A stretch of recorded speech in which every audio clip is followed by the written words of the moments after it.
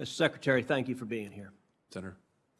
President Biden and the Biden administration have presided over the worst foreign policy catastrophe in a generation. Americans across the nation are horrified. Our servicemen and women, our active duty military are angry, they're disillusioned, and they're frustrated.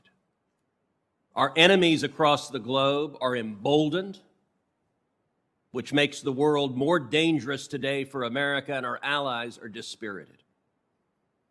Ever since the disaster began unfolding in Afghanistan, we've seen the Biden administration making political excuses.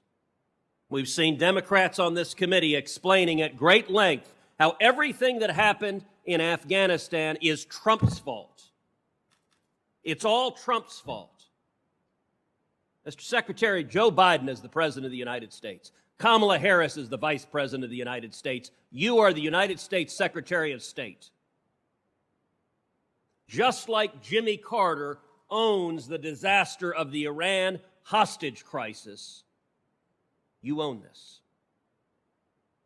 The Biden administration caused this disaster. It was caused by two things. Number one, ideological naivete and extremism. Repeatedly, Mr. Secretary, in this hearing and also on multiple conference calls over the last month, you keep saying things like the steps the Taliban needs to take to be welcomed into the community of civilized nations. Mr. Secretary, they don't want to be welcomed into the community of civilized nations. They are terrorists who want to murder us. This administration doesn't understand that. Joe Biden doesn't understand that. But sadly, that ideological extremism was combined with manifest incompetence.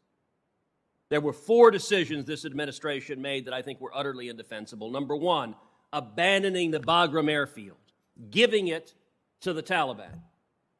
That is a decision that 100 years from now will be studied at war colleges as a colossal strategic mistake, giving up 2 secure airfields, necessitating an evacuation from a dense urban environment, a commercial airport, which led tragically to the suicide bombings and murders that killed 13 American servicemen and women. Had we been evacuating from Bagram with a secure perimeter, the odds are quite high that attack either wouldn't have happened, or if it had happened, it would have been far less severe in its consequences. Secondly,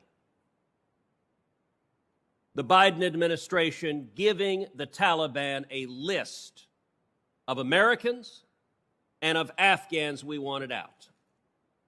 Third, the decision to leave Americans behind. Hundreds of Americans, perhaps more, perhaps thousands, thousands of green card holders, tens of thousands of Afghans who assisted the U.S. military. The Biden administration abandoned them and left them behind. And fourth, leaving billions of dollars of American military equipment that the Taliban will now use to threaten our lives. Earlier in this hearing, you said about that equipment, quote, none of it poses a strategic threat to us or their neighbors. That does not pass the laugh test. When you're looking at the Taliban potentially having 64,000 machine guns, 33 Black Hawk helicopters, 16,000 night vision goggles, we will see American blood spilled because of these colossal mistakes. Now, abandoning Bagram wasn't your call.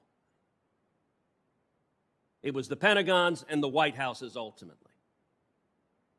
But I want to ask you flat out, did the State Department give the Taliban a list or multiple lists of Americans and or Afghans that we wanted out? Those reports and the idea that we would do anything to endanger our citizens or anyone else at a time when we were trying to save their lives is flat out wrong. Let me like a yes or no, did you give them let me be very clear, Senator, if I may, please. Thank you.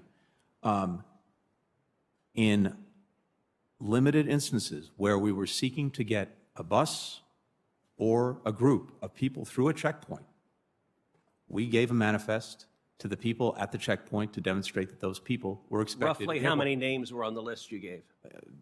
Doesn't matter because they all... Dozens, hundreds, thousands. Give us some order of magnitude. This happened in a handful of situations where to get Dozens? through... So is it your testimony it wasn't hundreds? I want to understand, did you give them thousands of names? No, we did not. Okay, hundreds? Not going to put a number on it, but it was, again... Why not? This is a hearing to discover how many names and how many of those individuals you gave the Taliban the name to have been targeted for torture or murder. Senator, by definition, these were in limited instances with a bus or a group of people to get them through a checkpoint. They got through the checkpoint. So not only did you fail to evacuate Americans and green card holders who were there, but you also brought in tens of thousands of Afghans who had wholly inadequate vetting, bringing many of them to the United States. And one of the things that has done is that has brought in a humanitarian crisis to America. Child marriage and domestic abuse, tragically, are widespread in Afghanistan. According to the World Health Organization, more than half of the women in Afghanistan are married as child brides, and 90% of women are subject to domestic abuse. 90%. On August 27th, according to public reports, you distributed internal documentation highlighting numerous instances in intake centers of sexual abuse in which much older grown Afghan males appeared with children, young children, claimed they were their brides, claimed they were their wives, and the document said the State Department urgently requested guidance. That was your word, urgently. Subsequently, the Department of Homeland Security said that it showed the desperation of families, that they were willing to give little girls to grown men to be subject to sexual abuse and child wives. My question is as follows. Did you receive that urgent guidance? How many children have been subject to sexual abuse? What have you done to rescue young children from illegal and abusive relationships after being brought to America by the State Department? Across the entire government, everyone involved in the evacuation effort, whether it's at a transit point in one of the countries that we negotiated with, whether it's here in the United States at Dulles or Philadelphia or the military bases. We have all of our officers at extreme vigilance to look for and to deal with any cases or concerns that arise. Did you receive the urgent guidance, and how many child brides have you seen? I don't know the specific guidance you're referring to. I'm happy to look at it. So is there not urgency to discover if children are being abused? Absolutely. Time of the Make sure senator that has expired. we could detect and deal with Have you? any cases, and there have been, to my knowledge, a limited number of cases where we have separated people because we were concerned that they were. How many? The cases I'm aware of, a handful. Senator Kane, you have the last word today. Thank you, Mr. Chair and Ranking Member